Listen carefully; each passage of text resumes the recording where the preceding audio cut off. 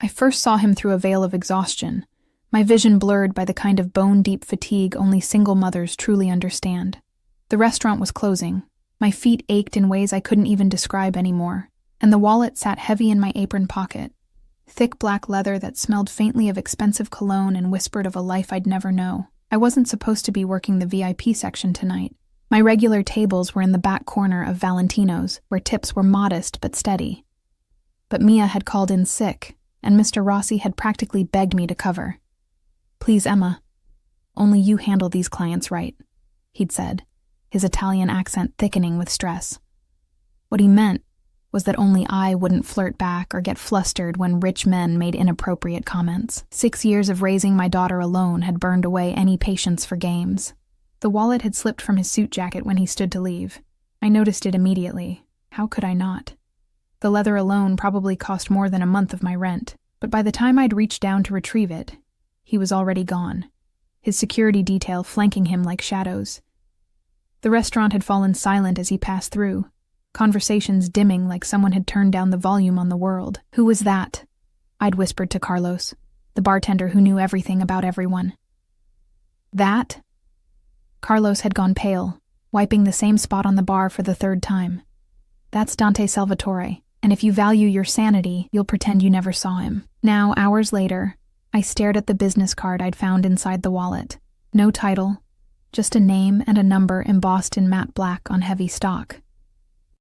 The rest of the contents were equally minimalist but staggering. Several thousand in cash, a single platinum credit card and a photo. Just one. A small, worn picture of a woman with sad eyes. Not what I expected to find in a man's wallet. No ID, no driver's license, nothing to prove he existed at all. My tiny apartment was quiet, except for the soft whir of the ancient window unit struggling against the July heat and the occasional creak from the bedroom where Lily slept. My 5-year-old daughter was the only good thing to come from the nightmare of my marriage to Rick, who had vanished the moment I'd told him I was pregnant. Last I heard, he was somewhere in Arizona with his new family, conveniently forgetting the child support he never paid. I turned the wallet over in my hands again. The right thing to do was call the number. Return it. Move on. The emergency room bill on my kitchen table, the result of Lily's asthma attack last month, screamed at me from beneath a final notice stamp. The cash in this wallet could make that disappear. It could pay for Lily's medication for months. I pushed the thought away immediately, disgusted with myself. I wasn't a thief. Tired, desperate, and afraid sometimes, yes, but not a thief. My fingers trembled as I dialed the number, the burner phone I used to save money feeling especially cheap against my ear. It rang only once. "Identify yourself." The male voice was cold, clipped. My voice caught. "My name is Emma Reeves. I'm a waitress at Valentino's. I found Mr. Salvatore's wallet tonight and wanted to return it." Silence stretched for 3 heartbeats. Address. Not a question. A command. "I can bring it to him tomorrow, or back to the restaurant," I offered quickly. "I don't need anyone to—" "Your address, Ms. Reeves." Something in his tone made my skin prickle. I gave him my address, immediately regretting it as the words left my lips. 20 minutes. The line went dead. I stared at the phone, my heart thundering against my ribs. 20 minutes. I glanced down at my uniform, wrinkled, with a small tomato sauce stain near the hem, and rushed to change. I pulled on jeans and a clean t-shirt, ran a brush through my unruly brown hair, and dabbed concealer under my eyes where dark circles had taken up permanent residence. Why was I primping to return a wallet? This wasn't a date. This was a transaction. I needed to give this man his property, and send him on his way before he could look too closely at our lives. At the second-hand furniture, the water stain on the ceiling, the photos of Lily without a father in sight. Our precarious existence felt like a house of cards that could collapse under the weight of a stranger's gaze. 18 minutes later, I heard it. The subtle shift in the night sounds outside my window. The street was never truly quiet. Not in this part of town. But suddenly the ambient noise changed. Car doors opening and closing with soft, expensive thuds, murmured voices, the unmistakable sense of being watched. My doorbell never rang.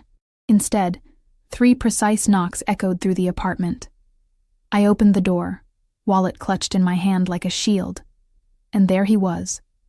Dante Salvatore filled the doorframe in a way that had nothing to do with his physical size. Though he was tall, broad-shouldered, his presence seemed to expand beyond the confines of his body. His suit was different from earlier, now a deep charcoal rather than black, but no less impeccable. His face was all angles and shadows, high cheekbones, strong jaw darkened with precisely maintained stubble, and eyes so dark they seemed to absorb light rather than reflect it. Those eyes fixed on me now, unreadable and intense. Ms. Reeves. His voice was deep, with the barest hint of an accent I couldn't place. Mr. Salvatore. I extended the wallet toward him, desperate to complete this exchange and close my door. I found this after you left tonight. He didn't reach for it immediately. Instead, his gaze moved past me, scanning my apartment in one sweeping glance that seemed to catalog every detail. You live here alone? He asked. My heart stuttered. That's not... A small voice interrupted from behind me. Mommy? Lily stood in the hallway, her stuffed rabbit clutched to her chest, hair mussed from sleep. Her eyes widened at the sight of the stranger, and she took an instinctive step back. Go back to bed, sweetie, I said, trying to keep my voice light. Everything's fine. Dante's expression changed so subtly I almost missed it. A slight softening around the eyes, a barely perceptible shift in his stance. Your daughter, he said. Not a question. Yes. I stepped slightly to block his view of her. I'm sorry we woke you, Lily. This man just needed to pick something up. Go back to sleep, okay? She hesitated, her eyes fixed not on me, but on Dante. Then, to my surprise, she stepped forward instead of retreating. Are you a friend of my mom's? She asked him, her voice small but curious. Before I could intervene, Dante knelt down to her level, a smooth, deliberate movement that somehow made him seem no less powerful. Your mother did me a favor tonight. She found something important to me and kept it safe. Lily nodded solemnly. She's good at finding things. She always finds my rabbit when I lose him. A ghost of a smile touched his lips. That's a valuable skill. He reached into his jacket and produced a small, pristine origami flower. May I thank her by giving you this? My breath caught. Where had that come from? His hands had moved so quickly I'd missed the actual folding, if that's what had happened. Lily's face lit up as she carefully took the paper flower. Thank you. It's so pretty. Lily, I said gently but firmly, say good night now. It's very late. She clutched her new treasure and nodded. Good night, Mr. Dante, he said. You can call me Dante. Good night, Mr. Dante. She gave a little wave and padded back to her bedroom, throwing one curious glance over her shoulder before disappearing around the corner. When Dante rose to his full height again, his eyes had changed. Something calculating had entered them. Something that made my instincts scream danger. Your daughter is lovely, he said, finally taking the wallet from my outstretched hand. You raise her alone? That's not really your concern, I replied, trying to sound confident rather than rude. No, he agreed, his gaze still too penetrating. But many things concern me that shouldn't, Ms. Reeves. He opened the wallet, his long fingers moving with deliberate precision as he checked the contents. I felt heat rise to my cheeks. It's all there, I said, unable to keep the edge from my voice. I didn't take anything. I know. He snapped the wallet closed and slipped it inside his jacket. Then he reached back in and withdrew an envelope. For your honesty. I stared at the envelope but didn't take it. That's not necessary. Anyone would have returned it. His low laugh contained no humor. We both know that's not true, Emma. My first name in his mouth felt like an invasion, intimate in a way that made my skin prickle. Please, I said, taking a step back. I don't want anything. I just did what was right. And that, he said, is precisely why you deserve this. He placed the envelope on my small entry table. For your daughter's medical bills. My blood ran cold. How do you... The prescription bottles on your counter, the insurance paperwork visible from here. His eyes never left mine. I notice things, Emma. It's how I've survived. Outside in the hallway, a man cleared his throat, a subtle reminder that we weren't alone. Dante's security hovered just out of sight. "Thank you for your time," Dante said, stepping back. "Your integrity is unexpected." Is that supposed to be a compliment? The words escaped before I could stop them. For the first time, a genuine smile touched his face, transforming it entirely. "Yes, the rarest kind." He turned to leave, but paused. "The hospital on your bill? St. Mary's? Dr. Abramson is the best pediatric pulmonologist there. Tell him Dante Salvatore referred you. Your daughter will receive excellent care." With that, he was gone, his footsteps nearly silent on the worn carpet of the hallway. I closed the door and leaned against it, my heart racing, the envelope untouched on the table. How had a simple good deed turned into whatever this was? I finally forced myself to pick up the envelope, expecting perhaps $100. A generous tip, but nothing life-changing. When I saw the contents, my knees buckled. $10,000 in crisp $100 bills. And beneath them, a business card. Not the minimalist one from the wallet, but one for Dr. Abramson at St. Mary's, with a private number handwritten on the back. I sank to the floor, envelope clutched in my trembling hands, certain of only one thing. My life had just veered wildly off course, and I had no idea where this new path would lead. The next morning felt surreal, as if the events of the previous night had been a vivid dream. But the envelope hidden in my underwear drawer confirmed the reality. Dante Salvatore had stood in my apartment, spoken to my daughter, and left me with enough money to clear my most pressing debts. I dropped Lily off at Mrs. Hernandez's apartment downstairs, our regular childcare arrangement when I worked the morning shift. The elderly woman adored Lily, and her rates were the only ones I could afford. As I handed over Lily's inhaler and emergency contact information, the same routine every day, I felt a strange urge to confess about the mysterious man who had appeared at our door last night. But what would I say? That a man who made Carlos the bartender go pale had given my daughter an origami flower, and me an envelope full of cash. "You look tired, mija," Mrs. Hernandez said, her weathered hand touching my cheek. "More than usual." "Late night," I replied, forcing a smile. "Extra shift." "You work too hard." She shook her head, the same gentle admonishment she'd been giving me for years, just until things get better. My standard response, though better, remained a distant, almost mythical concept. The restaurant was quiet when I arrived, still hours from opening for lunch service. I found Mr. Rossi in his small office, glasses perched on his nose as he frowned at invoices. "Emma," he looked up, clearly surprised. "You're not scheduled until 4. "I know. I hesitated, unsure how to frame my question. "The man who sat at table 9 last night. Mr. Salvatore. I was wondering what you know about him." Mr. Rossi's expression changed instantly, shudders coming down over his usually warm eyes. He removed his glasses, polishing them methodically with his handkerchief. "Why do you ask?" His voice was carefully neutral. "He left his wallet. I returned it." The cloth stilled on the lens. "You went to him?" "No, he came to my apartment. Mr. Rossi put his glasses back on and leaned forward, lowering his voice though no one else was there to hear. "Listen to me, Emma. Dante Salvatore is not someone you want in your life. He owns half the businesses in this part of the city, legitimate and otherwise. People who cross him disappear." "He didn't seem dangerous," I said, immediately recognizing the lie. Everything about Dante had radiated danger. The most dangerous predators rarely do. Mr. Rossi sighed. "You're a good girl, Emma. Smart, hard-working. You keep your head down. Keep it that way." I nodded, throat dry. "He mentioned a doctor for Lily's asthma. Said to use his name." Mr. Rossi's eyebrows shot up. "And will you?" "I don't know." The truth was, I'd spent half the night debating this very question.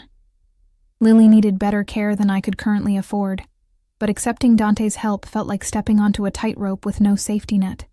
"Just be careful," Mr. Rossi said finally. "Salvatore doesn't do favors without expecting something in return."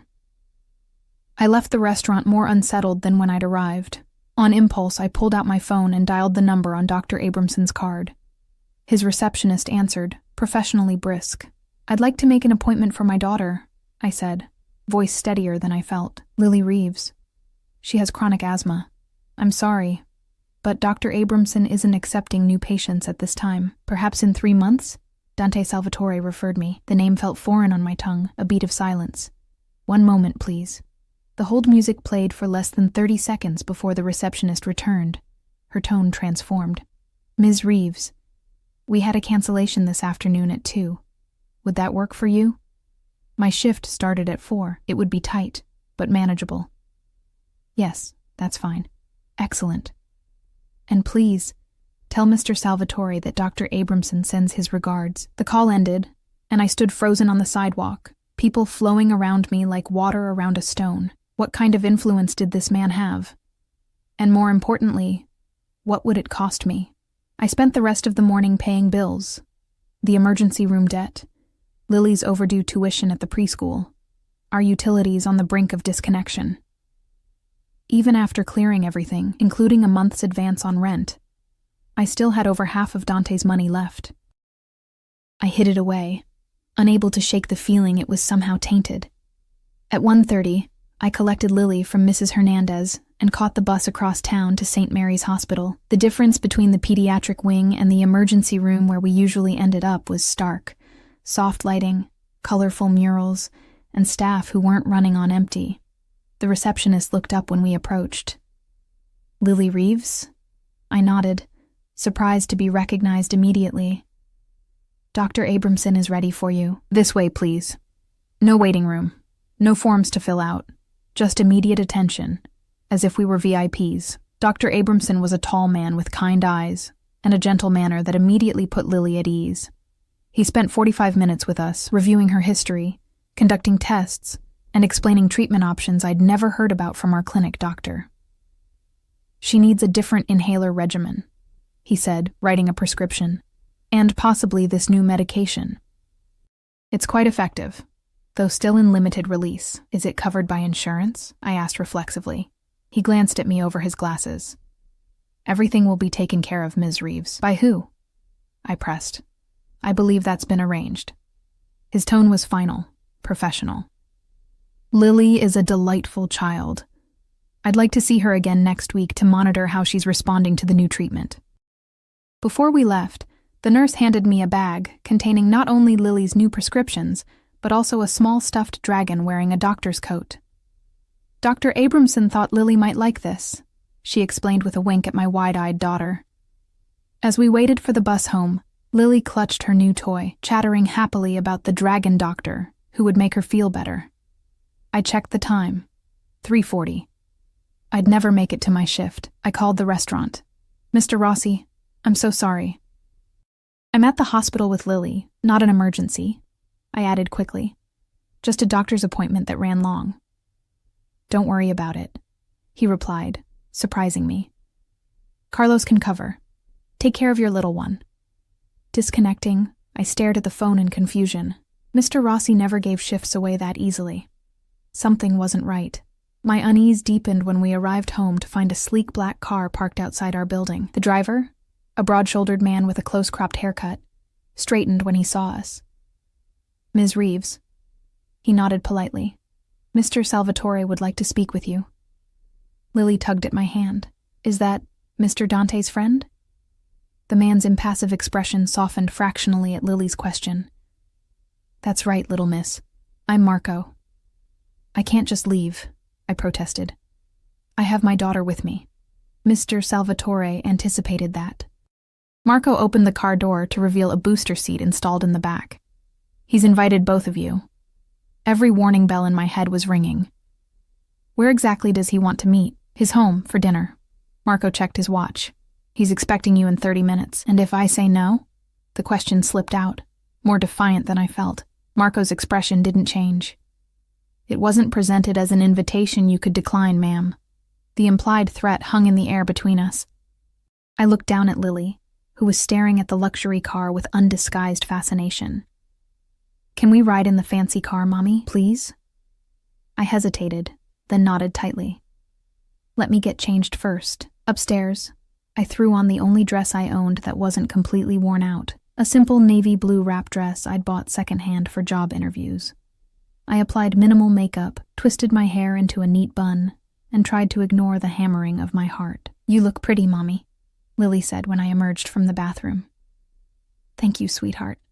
I knelt to her level. We're going to meet the man from last night. The one who gave you the paper flower, remember? She nodded enthusiastically. Mr. Dante. Is he your new friend? No, honey. He's someone who helped us. But I need you to be on your very best behavior, okay? And if at any point you feel scared or want to leave, you squeeze my hand 3 times.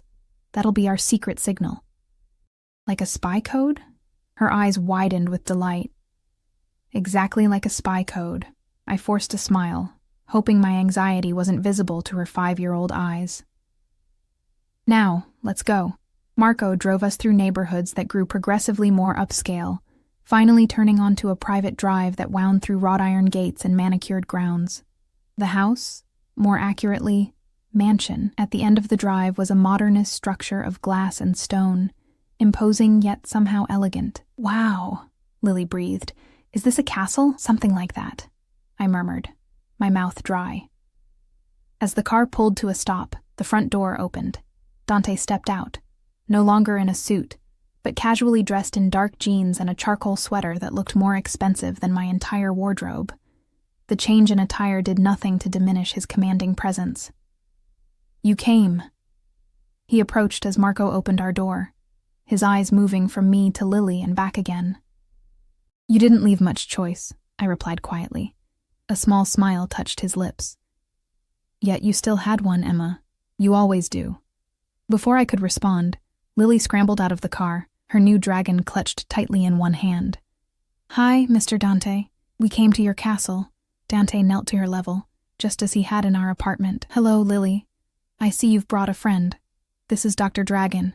He's going to help me breathe better. She held up the stuffed toy proudly. The real doctor gave him to me today. Dr. Abramson has excellent taste in dragons. Dante's voice was gentle with her in a way I hadn't heard before. He looked up at me. I'm pleased you made the appointment.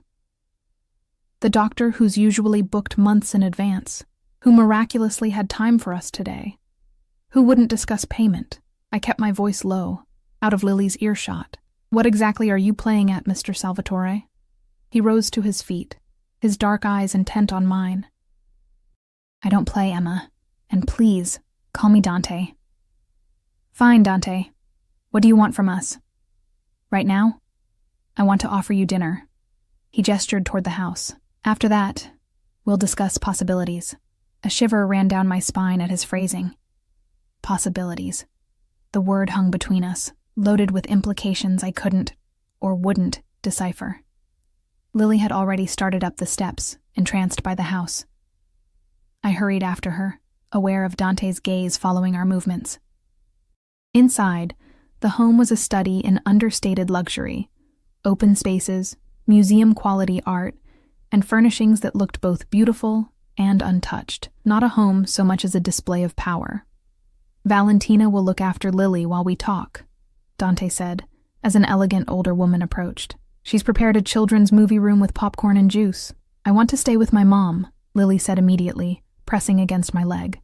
I was about to agree when Dante spoke. The room has a fish tank that goes from floor to ceiling, with sharks. Lily's eyes widened. Real sharks? Small ones. Dante's mouth quirked. And very colorful fish. Can I go see Mommy? Please? I hesitated, looking at Valentina, who smiled reassuringly. I raised Mr. Salvatore from a boy, she said, her accent thick but warm. Your daughter is safe with me.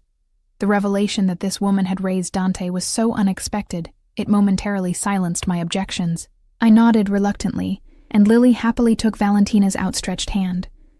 Before they disappeared down the hallway, I caught Lily's eye. Remember our code? She nodded solemnly, then broke into a grin as she skipped away with Valentina. You're protective, Dante observed once we were alone. She's all I have. I met his gaze directly. And I still don't understand why we're here. Instead of answering, he guided me through the house to a terrace overlooking the grounds, where a table was set for an intimate dinner. The city sprawled in the distance, beginning to twinkle with evening lights. Please sit. He pulled out a chair, the gesture unexpectedly old-fashioned. I sat, acutely aware of his proximity as he took the seat across from me. A server appeared silently, pouring wine and disappearing just as quickly. "Why am I here, Dante?" I asked again, leaving the wine untouched. He studied me for a long moment. "Because you intrigue me. I'm a waitress and a single mom. There's nothing intriguing about that." "On the contrary." He leaned forward slightly. "When presented with a wallet full of cash and no witnesses, you returned it intact. When offered money for your honesty, you refused it. When given a doctor's name that could help your daughter, you hesitated. Your instincts are unusual." I felt exposed under his scrutiny. "My instincts are telling me to take my daughter and leave right now. Yet, here you sit." He picked up his wine glass, his movements fluid and controlled. "Tell me about Lily's father." The abrupt change of subject caught me off guard. "He's not in the picture. That much is obvious. I want to know why." "That's personal. I've made your daughter's medical care my personal concern. I believe that earns me some candor." Anger flashed through me. "I didn't ask for your help, yet you accepted it." His gaze was unwavering. "The father, Emma." Something in his tone made it clear he would keep pushing until I answered. "Rick left when I told him I was pregnant. Blocked my number, moved states, started a new family. He sends a birthday card some years with $20 inside. That's the extent of his involvement." Dante's expression darkened. "His full name. Why does that matter?" "It matters to me." I hesitated, then relented. "Richard Tanner. But whatever you're thinking, don't. Lily and I are fine without him. Are you?" Dante gestured around us. "Working double shifts, living in an apartment with black mold in the bathroom ceiling, rationing your daughter's medication?" My face burned with shame and anger. "How do you know about the mold? I had your apartment inspected this morning." "You what?" I stood up, chair scraping against the stone terrace. "You had no right—" "Sit down, Emma." His voice was quiet, but carried such authority that I found myself obeying before I could think better of it. "Your landlord will be fixing the mold issue tomorrow, along with the faulty wiring and the window unit that's about to fail completely." I stared at him, speechless. "I don't understand what's happening here," I finally managed. "Why are you doing this? What could you possibly want from me?" Dante's eyes remained fixed on mine, dark and unreadable in the fading light. "What I want," he said finally, "is a solution to a problem." "What problem?" I asked cautiously. He took a sip of his wine before answering. "My position requires certain appearances, stability, family, a respectable front." My stomach tightened as I began to understand where this might be heading. "And what does that have to do with me?" "My associates believe a man in my position should have a wife, children. It creates an image of permanence, of having something to protect." His gaze shifted momentarily to the direction Lily had gone. "Your daughter is charming. You are intelligent, discreet, and clearly devoted to her welfare. These are admirable qualities." I felt the blood drain from my face. "Are you proposing some kind of arrangement?" "I'm proposing a mutually beneficial solution." He leaned forward, his voice dropping slightly. "You need financial security, a better environment for your daughter, access to opportunities she currently lacks. I need a family for appearances." "You want to rent us," I said flatly, anger rising in my chest. "Like props." Something dangerous flashed in his eyes. "I want to provide for you.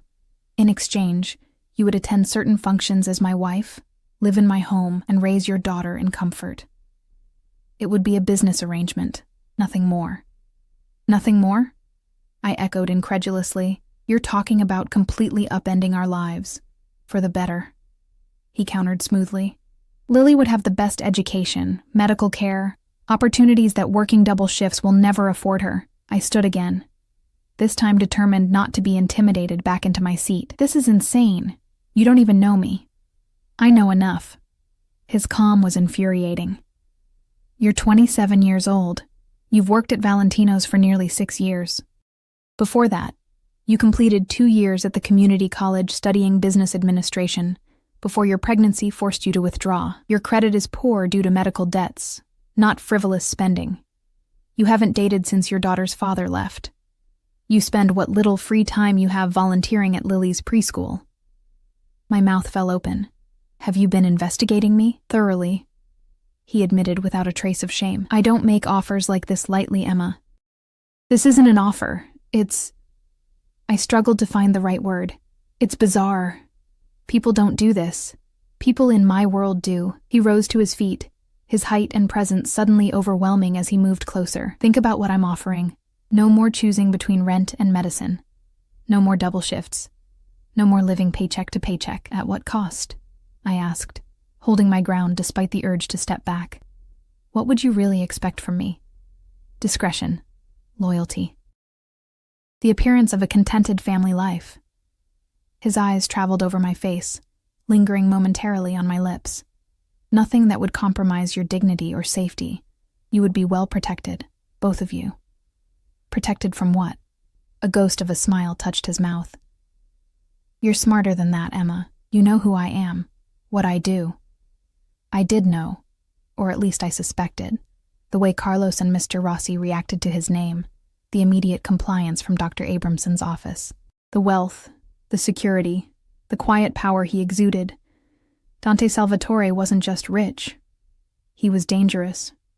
You're connected to organized crime, I said quietly. I have interests in many businesses, he replied, neither confirming nor denying. Some more regulated than others, and you want to bring my daughter into that world? Are you out of your mind? I want to bring her into a world of privilege and opportunity, he corrected. My other affairs would never touch her. Or you. I shook my head. This is crazy. I need to get Lily and go home. Home to your moldy apartment, to more missed bills and insufficient care for your daughter. His voice hardened.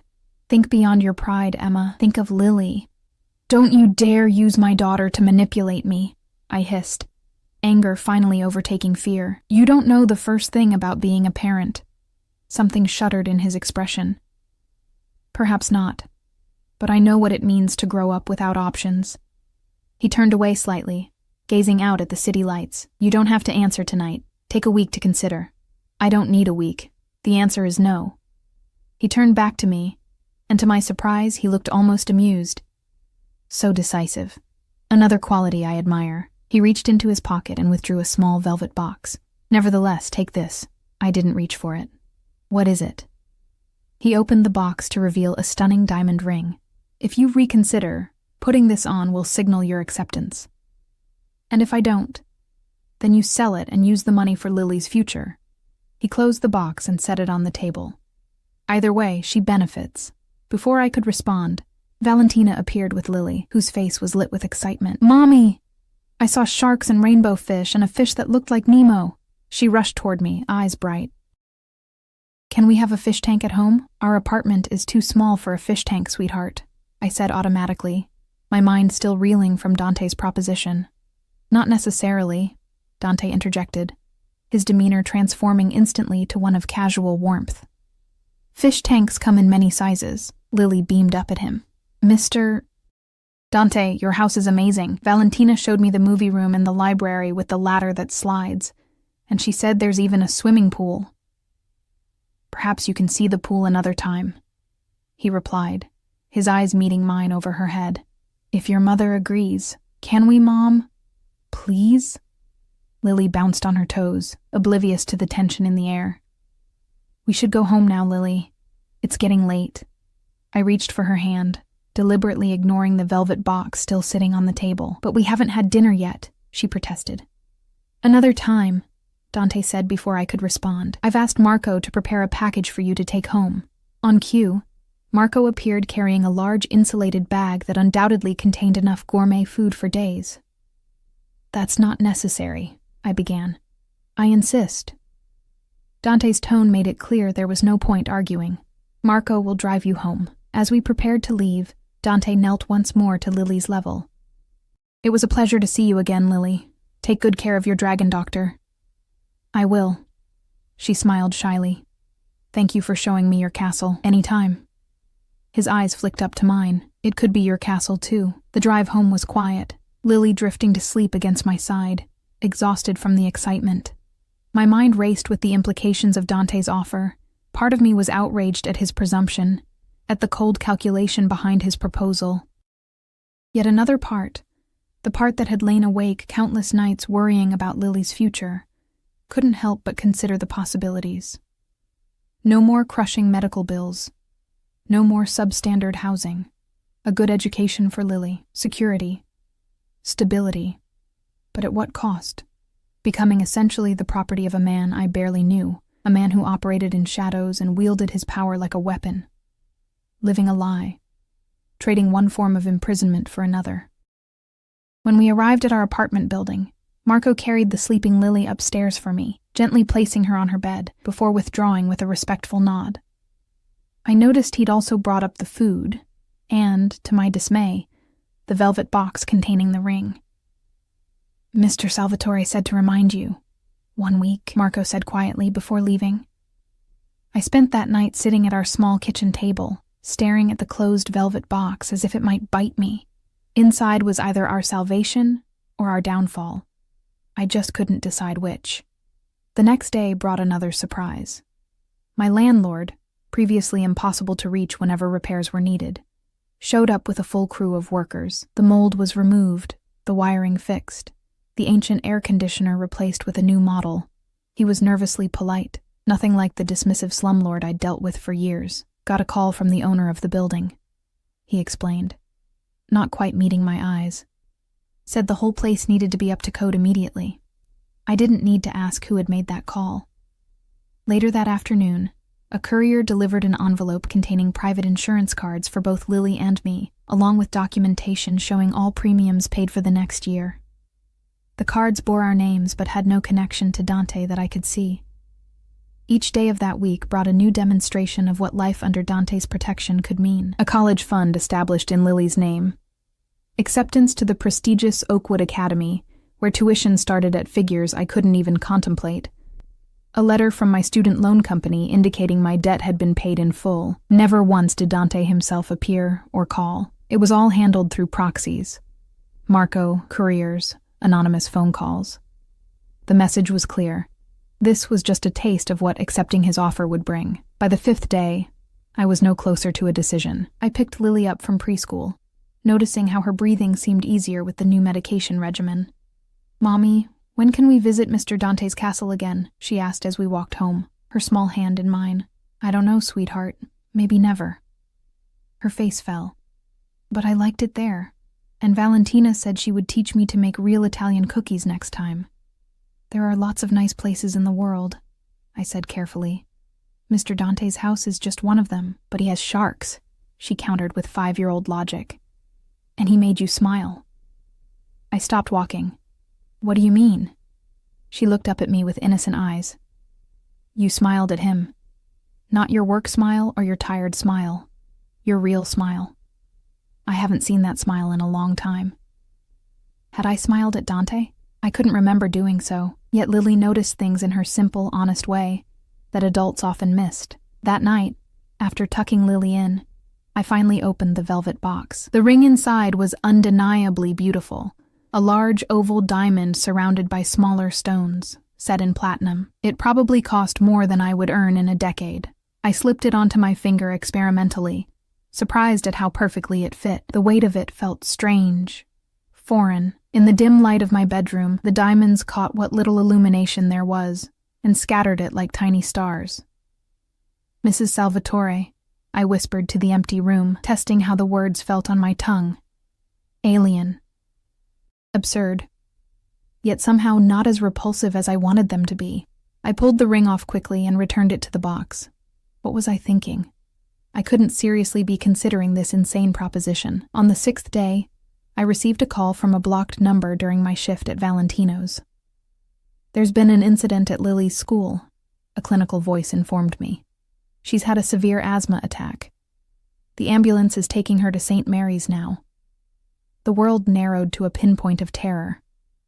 I dropped everything, not even bothering to tell Mr. Rossi I was leaving. By the time I arrived at the hospital, frantic and breathless, I found not the chaotic emergency room scene I expected, but Lily sitting up in a private room, color returned to her cheeks, breathing normally while a nurse checked her vitals. "Mom," she called when she saw me, smiling as if nothing had happened. "She's perfectly fine now," the nurse assured me. Dr. Abramson adjusted her medication and she responded very well. The attack was significant, but we caught it early. Relief flooded through me, followed quickly by confusion. How did you know to call Dr. Abramson? How did she get a private room so quickly? The nurse gave me a knowing look. Mr. Salvatore's instructions were very clear. Lily is to receive priority care regardless of circumstances. I sat heavily in the chair beside Lily's bed, my mind reeling. Even without accepting his offer, Dante was already protecting us. What would happen if I said no? Would this safety net disappear as quickly as it had appeared? Mom, look what Mr. Dante brought me. Lily's voice broke through my thoughts. She held up a plush shark identical to the ones in the tank at his mansion. I froze. Mr. Dante was here? He came right after the ambulance, Lily explained, hugging the stuffed shark. He held my hand until I could breathe better. He told me not to be scared. My gaze snapped to the nurse, who nodded confirmation. Mr. Salvatore was here for about an hour. He only left when we assured him Lily was stable. Where is he now? He had some business to attend to, the nurse replied carefully. But he left instructions to be notified when you arrived. As if summoned by her words, the door opened. I expected Dante, but instead Marco entered, his imposing figure somehow less threatening in the pediatric ward. Ms. Reeves. He nodded respectfully. Mr. Salvatore would like me to drive you and Lily home when she's cleared to leave. That's not necessary, I began automatically. He insists. Marco's tone was polite but firm. He also asked me to give you this. He handed me a sealed envelope. Inside was a note written in elegant masculine handwriting. Emma. Today demonstrated how quickly life can change. Lily is precious. She deserves every advantage, every protection. So do you. My offer stands for one more day. No manipulation, no pressure beyond the simple statement of facts. Just a reminder of what was at stake. Lily's well-being, her future, her very breath. Dr. Abramson discharged Lily an hour later with a new treatment plan and medications. Marco drove us home in silence, carrying Lily upstairs despite my protest that she could walk. After settling her in bed with her new shark, I collapsed on our worn sofa, the decision weighing on me like a physical burden. Could I do this? Could I enter into a marriage of convenience with a man who was almost certainly involved in criminal activities? Could I justify it for Lily's sake? The alternative was returning to our precarious existence, one medical emergency away from financial ruin, living in an apartment that, despite the recent repairs, remained inadequate. Working endless shifts that kept me away from my daughter, watching her opportunities narrow as mine had. I pulled out the velvet box again and stared at the ring. Accepting it would mean security for Lily, but a cage for me, gilded, comfortable, but a cage nonetheless. Rejecting it meant freedom, but continued struggle. What kind of mother would choose her own freedom over her child's welfare? Sleep eluded me that night. By morning, I had made my decision. I dressed carefully in the best clothes I owned, still woefully inadequate for what I was about to do. Lily was sleeping peacefully, her breathing clear and even. Mrs. Hernandez agreed to watch her, asking no questions about my unusual morning errand. I took a taxi to Dante's mansion, the velvet box clutched in my hand. The gates opened as we approached, as if I was expected. Perhaps I was.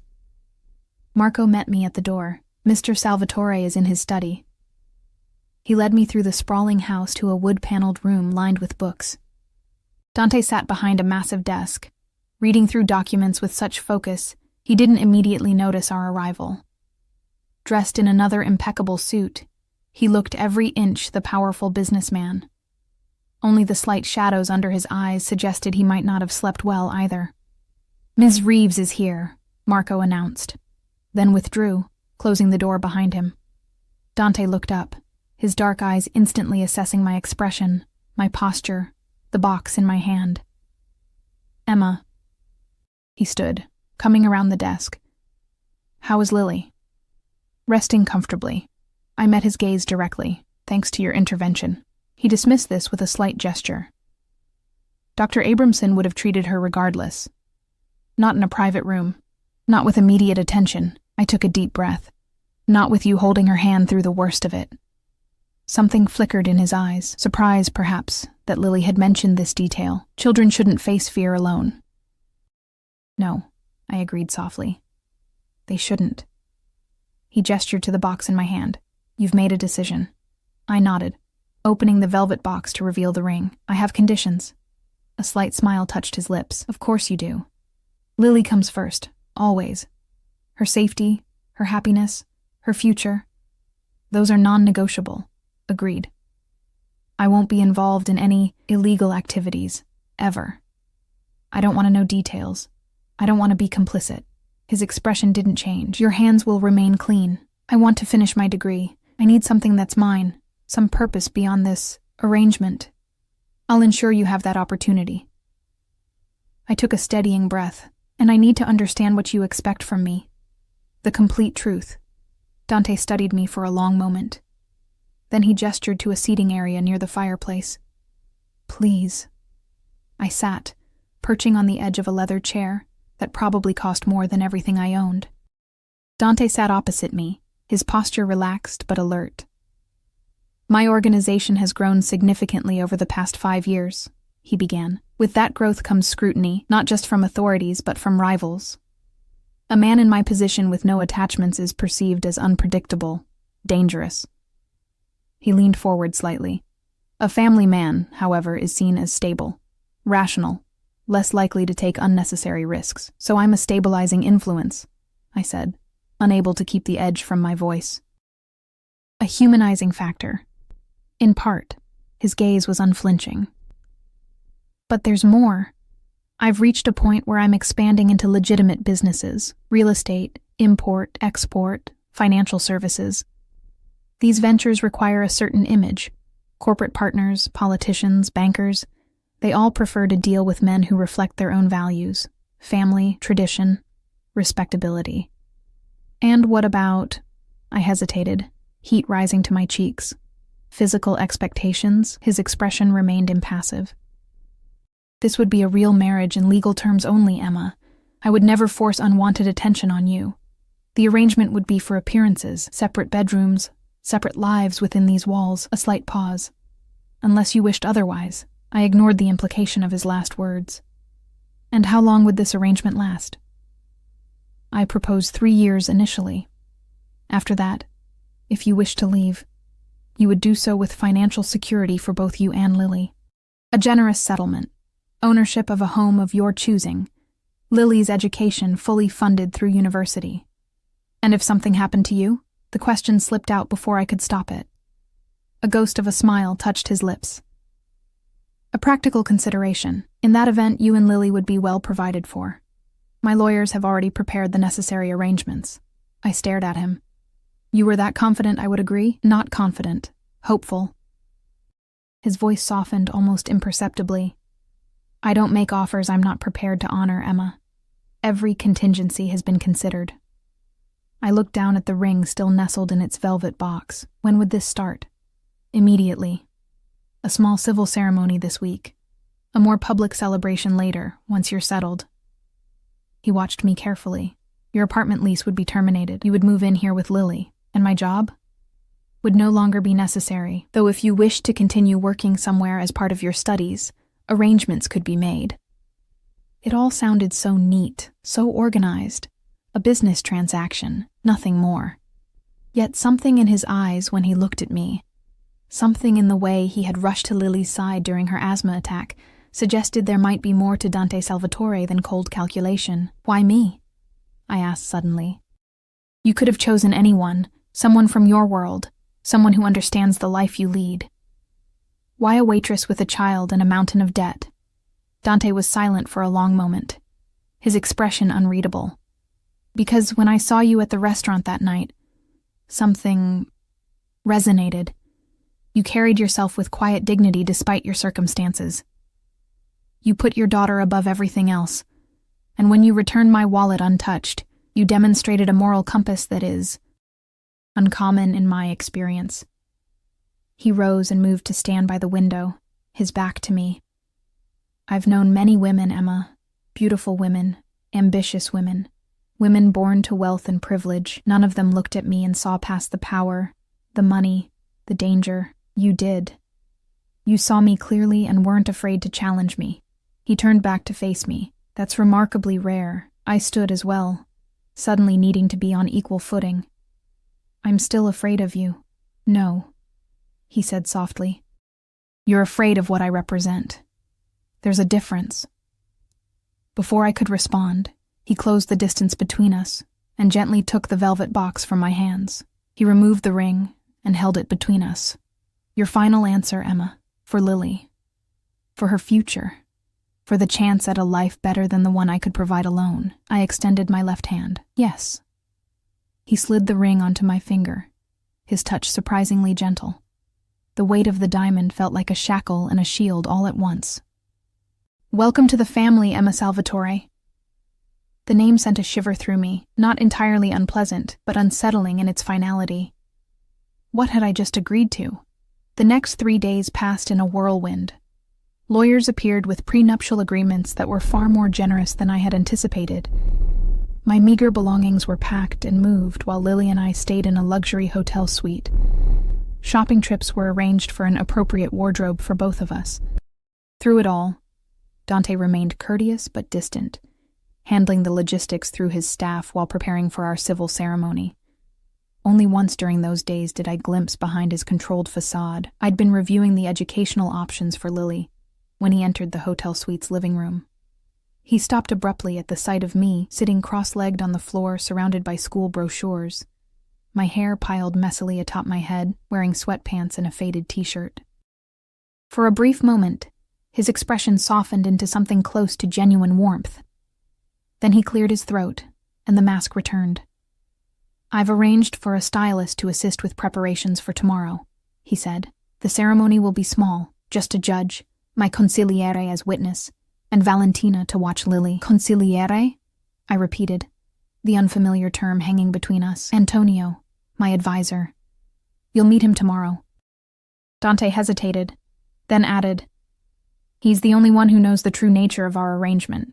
To everyone else, this is a love match, a whirlwind romance. I nodded, gathering the brochures into a stack. I understand. He turned to leave but paused at the door. The blue one, he said, gesturing to the school brochures. Brookfield Academy. It has the best science program, and Lily mentioned she wants to be a doctor for children with breathing problems. The fact that he had not only spoken with my daughter about her dreams but remembered them in detail caught me off guard. Thank you. I'll consider it. He nodded once and left, leaving me to wonder yet again what kind of man I was about to marry. The civil ceremony the next day was brief and businesslike. I wore a cream-colored dress that had been delivered that morning, understated but elegant. Dante wore another impeccable suit. We exchanged simple gold bands and emotionless vows. Antonio, a gray-haired man with shrewd eyes, watched the proceedings with an expression I couldn't interpret. Valentina held Lily's hand, both of them beaming as if this were a fairy tale come true, instead of a calculated business arrangement. When the judge pronounced us husband and wife, Dante surprised me by leaning in for a kiss. I had expected something perfunctory, a mere formality. Instead, his lips touched mine with unexpected gentleness, lingering just long enough to send a jolt of warmth through me before he pulled away. Congratulations, Mrs. Salvatore, the judge said, smiling benignly, completely unaware of the true nature of what he had just sanctified. As we signed the marriage certificate, I caught Antonio watching me with calculating eyes. He knew this was a sham, yet there was something in his gaze that suggested he was reassessing his judgment of the situation. Of me. That evening, we moved into Dante's mansion, my new home, though it felt nothing like one. Marco drove us from the hotel, Lily chattering excitedly about her new bedroom that Valentina had promised would have a canopy like a princess. I sat silently beside Dante in the back of the car, the weight of my new reality settling over me like a heavy cloak. You're quiet, Dante observed, his voice low enough that Lily, distracted by the passing scenery, couldn't hear. It's been an overwhelming day, I replied, twisting the unfamiliar wedding band on my finger. He covered my restless hand with his own, the unexpected contact startling me. It will get easier, Emma. Would it? I wondered, or would I simply become accustomed to living a lie? The mansion looked different upon our arrival. warmer somehow, with lights glowing in every window. Valentina waited at the door, her weathered face creased in a genuine smile as she bent to embrace Lily. "Welcome home, little one," she said, then straightened to look at me. "And welcome to you, Mrs. Salvatore." The name still felt foreign, an identity I'd borrowed rather than earned. Dante placed his hand lightly on the small of my back, guiding me inside. The gesture seemed possessive, territorial, though his touch remained gentle. "I've prepared a small celebration dinner," Valentina informed us. "Just the family." Family. The word echoed in my mind as we followed her to the dining room. Is that what we were now? A family cobbled together through necessity and calculation? The meal was exquisite. The conversation surprisingly easy as Lily dominated with questions about every aspect of her new home. Dante answered each one patiently, occasionally catching my eye across the table with an expression I couldn't quite decipher. After dinner, Valentina took Lily upstairs for her bath and bedtime routine, a task that had always been mine alone. The loss of this ritual struck me with unexpected force, and I excused myself to follow. "She knows you, Mom," Lily said, as I tucked her into a bed that seemed impossibly large for her small body. "I told her I like bubbles in my bath and stories about brave girls." "Of course you did," I smiled, smoothing her hair away from her forehead. "Are you okay with all this, sweetie? It's a big change." Lily nodded solemnly. "I like it here. Mr. Daddy Dante, said I can have a real fish tank in my room. And he's going to take us to Disney World." I blinked in surprise. "He said that?" "Uh-huh. When I told him I'd never been on an airplane before." She yawned, her eyelids growing heavy. "Mom, are we rich now?" The innocent question caught me off guard. "We're comfortable now. But that's not what matters most, remember? Being kind and smart matters most." She recited sleepily, our long-standing mantra. "And family." "That's right." I kissed her forehead, breathing in her clean, sweet scent. "I love you more than anything in the world, Lilybug." "Love you too, Mom." Her eyes drifted closed. "And I think I might love Daddy Dante too. Is that okay?" My throat tightened. "Of course it's okay. Sleep tight now." I found Dante in his study, jacket discarded, sleeves rolled up as he reviewed documents at his desk. He looked up as I entered, his expression softening almost imperceptibly. "Lily's asleep," I said, hovering uncertainly in the doorway. "She mentioned Disney World?" A ghost of a smile touched his lips. "She expressed interest. I thought it might be a suitable honeymoon destination for the three of us." "You don't have to do that. I'm aware." He set down his pen. "I want to. Children should have experiences beyond their everyday lives. Magic. Wonder." Something flickered in his eyes, things I lacked at her age. The brief vulnerability in his tone caught me by surprise. "What was your childhood like?" He gestured to a chair across from him. An invitation. I sat, curling my legs beneath me in a casual posture that felt strangely intimate in this formal setting. "My father was traditional," Dante said after a moment. "He believed children should be seen rarely and heard never. My mother died when I was 4. Valentina raised me as best she could within the constraints my father allowed." "That sounds lonely." "It was educational." His expression remained neutral. "I learned early that power was the only currency that mattered, and weakness was unforgivable. That's a harsh lesson for a child." "The world is harsh, Emma." His eyes met mine. "I learned to control my environment rather than be controlled by it. And now you control everything," I observed. "Including me." A flash of something, anger, hurt, crossed his face before disappearing behind his usual mask. "Our arrangement is voluntary. You can leave at any time." "Can I?" I challenged. "When you've created a life for Lily that I could never provide on my own. When leaving means taking her from comfort and opportunity back to struggle." "That's not really a choice." Dante was silent for a long moment. "What would make this more bearable for you?" The question surprised me with its sincerity. "Honesty," I answered without hesitation. "Don't pretend this is something it isn't. Not when we're alone." "Very well." He nodded once. No pretense behind closed doors. And freedom to make my own decisions about my life, my education, my interests. "Within reason, yes. What does within reason mean?" His expression hardened slightly. It means understanding that your actions reflect on me now. It means recognizing there are enemies who would use you or Lily to get to me. It means accepting certain security protocols for your own protection. I hadn't fully considered this aspect of our arrangement, that by aligning myself with Dante, I might become a target. The thought sent a chill through me. "Are we in danger?" I asked quietly. "Not if you follow the rules." He leaned forward. "Marco and his team will provide security whenever you leave the house. You'll have a dedicated line to reach me in emergencies. Certain locations will be off limits. Lily's school has been thoroughly vetted." The reality of what I'd agreed to crashed over me anew.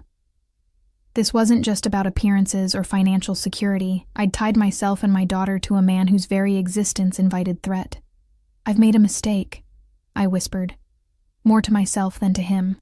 Dante rose from his desk and crossed to kneel before my chair, a gesture so unexpected it rendered me speechless. He took my hands in his grip firm, but not confining. "Listen carefully, Emma. I protect what's mine. Nothing, absolutely nothing, will happen to you or Lily while you're under my roof, under my name. I've eliminated threats for far less important reasons than your safety." The calm certainty in his voice was both reassuring and terrifying. This man had killed before. I could see it in his eyes, hear it in the casual way he referenced eliminating threats. Yet here he was, making me a promise I somehow knew he would keep at any cost. "I need time," I said finally, "to adjust, to figure out who Emma Salvatore is supposed to be." He released my hands and stood. "Time you have. We'll make our first public appearance next weekend. A charity gala. Until then, settle in, explore your new home, enroll Lily in school." He paused. "And perhaps consider what you'd like to study when you return to university." The casual way he referenced this dream, one I'd set aside years ago out of necessity, caught me off guard. I'd thought about finishing my business degree, maybe with a focus on nonprofit management. He raised an eyebrow. "An interesting choice. I've been on the receiving end of charity," I explained. "I know how dehumanizing it can feel. I'd like to change that. Create programs that offer dignity along with assistance." Something like respect flickered in his eyes. "I have connections at several universities. When you're ready, say the word." The conversation had taken an unexpected turn, veering into territory that felt almost normal. A husband and wife discussing future plans. The thought unsettled me.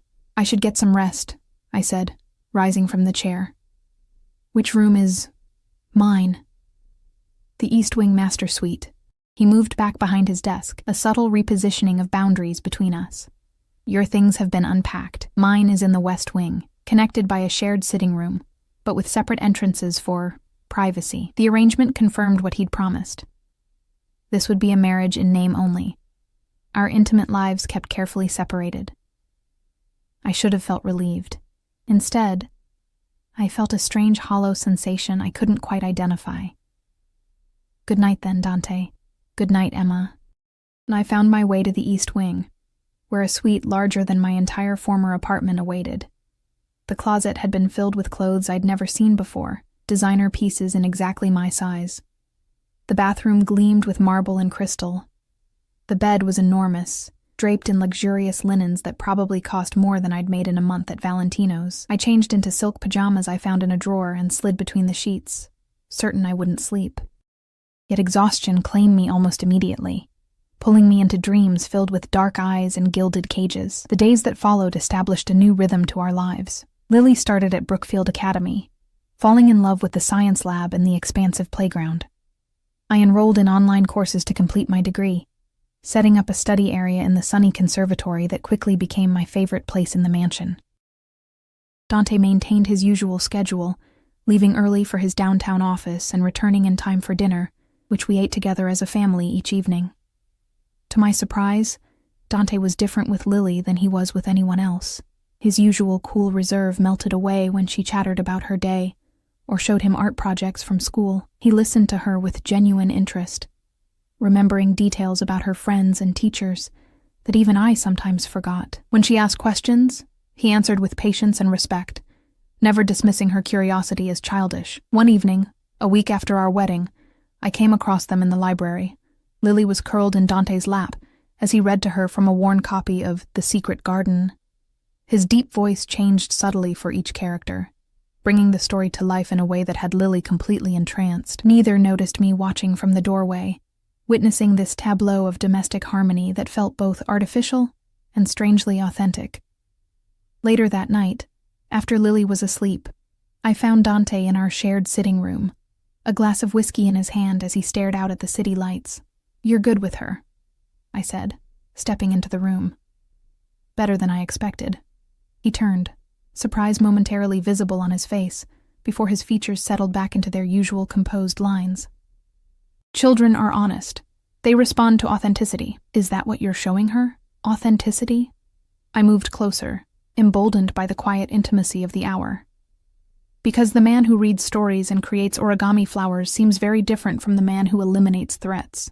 His jaw tightened. "We all contain multitudes, Emma. Even you." "What does that mean?" "It means the woman who returns a stranger's wallet intact is also the woman who agreed to marry that stranger for financial security." His gaze was penetrating. "We all make compromises." The observation stung because it contained truth. "I did it for Lily." "I know." His voice softened slightly. "Just as I agreed to this arrangement for reasons beyond mere appearances." My pulse quickened. "What reasons?" He took a sip of his whiskey, his dark eyes never leaving mine. "Perhaps I'm tired of an empty house. Perhaps I recognize something in you, a strength, a resolve, that I admire. Or perhaps—" He set down his glass. "Perhaps I simply wanted you from the moment I saw you at Valentino's. And this was the only way I could imagine having you in my life." The admission hung in the air between us, charged with implications I wasn't prepared to face. "This isn't real, Dante. We agreed. The circumstances may be manufactured," he conceded, stepping closer. "But that doesn't mean everything that follows must be false." He was close enough now that I could smell his cologne, could see the faint shadow of stubble along his jaw. My body responded to his proximity in ways my mind didn't want to acknowledge. "I should go to bed," I said, my voice embarrassingly unsteady. "Of course." He stepped back immediately, respecting the boundary I'd established. "The gala is tomorrow evening. Your dress has been delivered. Valentina will help with any preparations you need." I nodded, relieved and oddly disappointed by his retreat. "Good night, Dante." "Sweet dreams, Emma." The charity gala marked our first public appearance as husband and wife. My dress was a deep burgundy creation that made me look like a stranger to myself. Elegant, sophisticated, worthy of standing beside a man like Dante Salvatore. He wore a tuxedo that seemed molded to his powerful frame, the picture of affluent authority. "Remember," he murmured as our car approached the venue, "these people will be watching our every interaction, looking for weakness, for inconsistency." "I understand."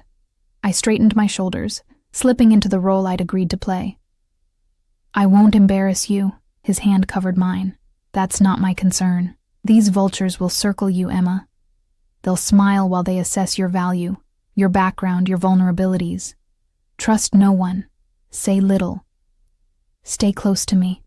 The warning should have frightened me. Instead, it ignited a stubborn determination to exceed expectations, to prove myself equal to this challenge. As we entered the glittering ballroom, Dante's hand at the small of my back, I felt the weight of 100 curious gazes. He leaned down, his lips brushing my ear in what would appear to observers as an affectionate gesture. "Remember who you are now," he whispered. "You're a Salvatore. You bow to no one." With those words echoing in my mind, I stepped forward into my new life, head high, gripped tight on my husband's arm, ready to face whatever came next. Not just as Dante's convenience, but as his equal. Because in that moment, I realized the truth that would ultimately transform our arrangement into something neither of us had anticipated. Power wasn't just Dante's to wield. As his wife, even in name only, I now possessed a form of it too, and I intended to use it. 6 months later, I stood in the doorway of Lily's bedroom, watching as Dante sat at the edge of her bed, listening intently to her prayers. This had become their nightly ritual, one I was never invited to join, but was permitted to observe from a distance.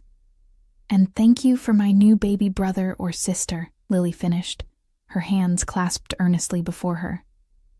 "Even though Mom says it's too early to know if it's a boy or girl."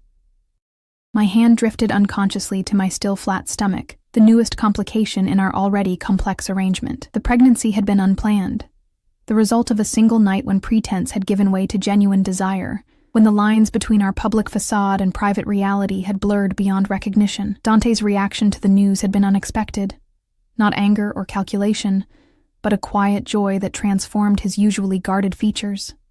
He'd knelt before me, pressed his lips to my abdomen, and whispered something in Italian I couldn't understand, but felt deeply nonetheless. As he kissed Lily goodnight and rose from her bedside, our eyes met across the room. The mask he wore for the rest of the world had long since vanished when we were alone together. In its place was something I'd never expected to find in this marriage of convenience, something that looked remarkably like love.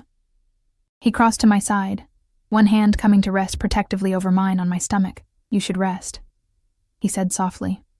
"Both of you. In a minute." I leaned into him slightly, no longer afraid of the contact. I was just thinking about how much has changed. "Regrets?" he asked, a hint of vulnerability in the question. I shook my head. "No. Strange as it seems, I've found more freedom in this gilded cage than I ever had outside it." His arm slipped around my waist. "It was never meant to be a cage, Emma." "I know that now." I turned to face him fully. It was a door, one I was afraid to walk through until I had no choice. Dante's expression softened as he brushed a strand of hair from my face. "And now? Now I choose this. Us.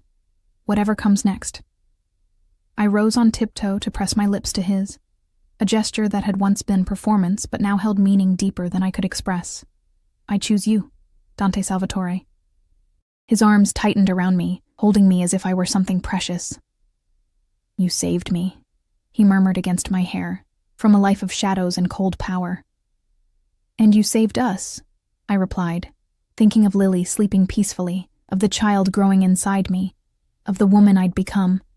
Stronger, more confident, no longer defined by struggle and fear. I think that makes us even. As we walked hand in hand to our now shared bedroom, I marveled at the unexpected journey that had brought me here. What had begun as a desperate bargain had transformed into something authentic and profound. A family built not from obligation, but from growing love. A partnership forged in the fire of challenge and unexpected connection. The wallet that had started it all sat in a shadow box on Dante's desk, a reminder of the twist of fate that had changed everything. Sometimes the most significant moments in life arrive disguised as small choices, ordinary acts that set in motion extraordinary changes. I had called a dangerous man to return his wallet, unaware my life was about to change. Now, with his ring on my finger and his child beneath my